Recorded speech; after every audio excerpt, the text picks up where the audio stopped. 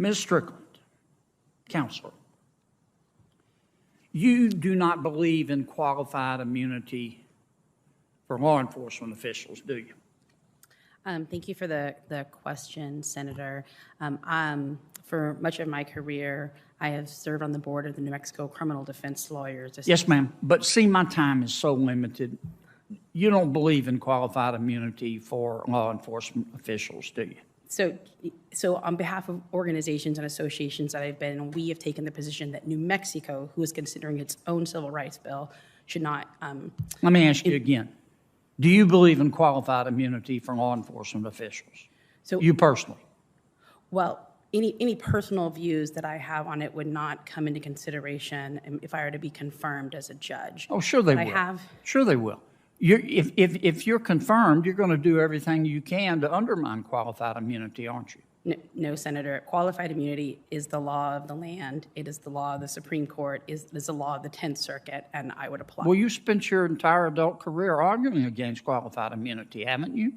Well, I have spent my time as an advocate working underneath qualified immunity, where I did not argue against qualified immunity. I worked within the bounds of qualified immunity.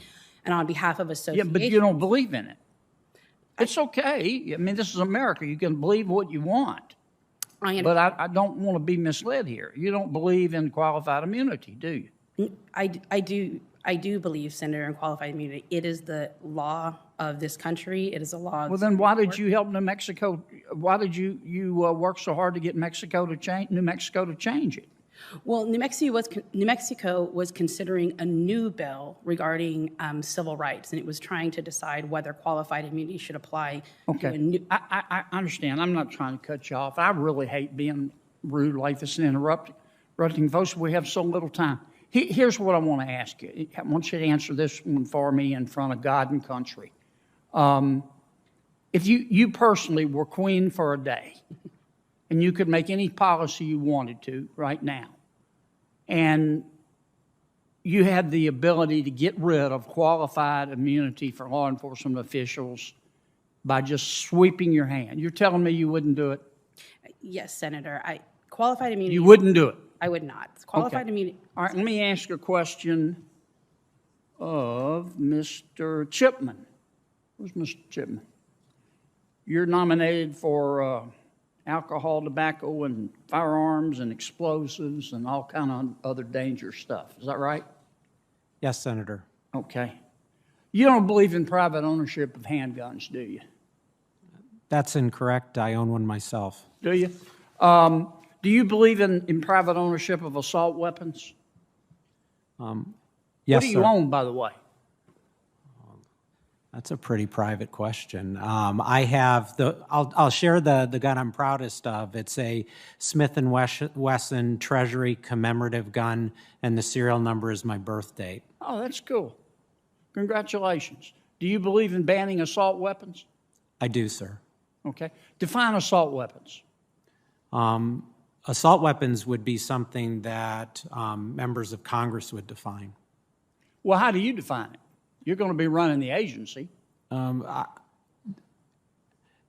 I think this is a good question. If I am confirmed as ATF director... I got 35 seconds left. Define it for me, would you please, sir? What's an assault weapon? Yeah, Senator, the bill to ban assault weapons is what is your dozens of definition pages. of an There's assault no way I could define an assault weapon. You don't have any. You're going to run this agency, and you don't have a definition of assault weapon. But I would be enforcing the definition that members of Congress you're going to be passed. issuing rules and regulations. Just give me your definition. I'll give you one definition that ATF Give me your currently definition. uses. One definition that ATF currently Give me your definition. I can give you one definition. If you won't that answer ATF my currently question, how can I vote for you? I'm done, Mr. Chairman. I don't think I'm going to get an answer. Thank you, Senator Kennedy. Yes. Senator Hawley. Thank you, Mr. Chairman, and thanks to all of the witnesses for being here. Mr. Chipman, if I could just start with you. Since leaving the ATF, you've served as a policy advisor or provided support for, I think, just about every national gun control group in the country or close to it: the Brady Campaign to Prevent Gun Violence, the Coalition to Stop Gun Violence, Mayors Against Illegal Guns, and most recently the Giffords Group. My question is, given your policy bias, and you clearly have a very distinct policy point of view, you alluded to this with Senator Cruz a moment ago, how can America's hundreds of millions of law-abiding gun owners have confidence that you won't try to restrict their Second Amendment rights if you're confirmed as ATF director? I mean, what assurances can you give them that you will limit your efforts to criminals who misuse weapons and leave law-abiding firearms owners to themselves? Senator, thank you for this question because it's really important. As I've said, for 25 years, I enforced the law in the books. Every day, me and other federal agents tried to catch the bad guys. I mean, that's what the mission was. It was trying to keep the public safe. During those 25 years, I saw gaps in the law that really prevented us from doing the job I knew the American public wanted us to do. Look at that 25 years. I was not going wayward with law-abiding gun owners. I never received a complaint of that sort. And I'm prepared to return to that job. But my passion after leaving ATF was to make ATF and our enforcement of gun laws more effective to keep us all safe. I understand if I'm confirmed, I will have to earn the confidence and your respect and trust to keep doing that.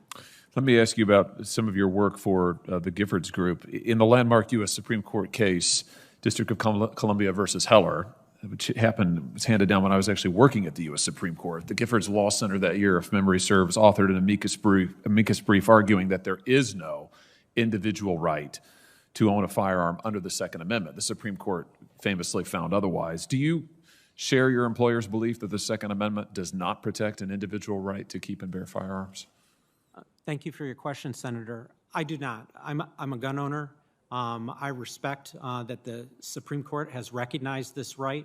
And if ATF director, I will ensure to uphold that right. Very good. So you think Heller was rightly decided, just to be clear about this? Senator, I'm a cop, not a lawyer. What I know is the law is the law, and the Supreme Court plays a role in recognizing what those rights are. As an agent, I felt like we were going down a highway. Our mission was to prevent crime, and the Constitution were those guardrails to keep us in line. And at times, when the road was uncertain, we had signposts, and those were attorneys who we asked advice and counsel. And so if confirmed as ATF director, that's the balance that I would strike. But the bottom line is our job is to prevent crimes from apparently is ongoing right now that other members have suggested, and that would be my sole duty. Well, I just want to be clear on this because you said that you do think that the Constitution supports, protects the individual right to keep and bear arms. That was the holding of Heller.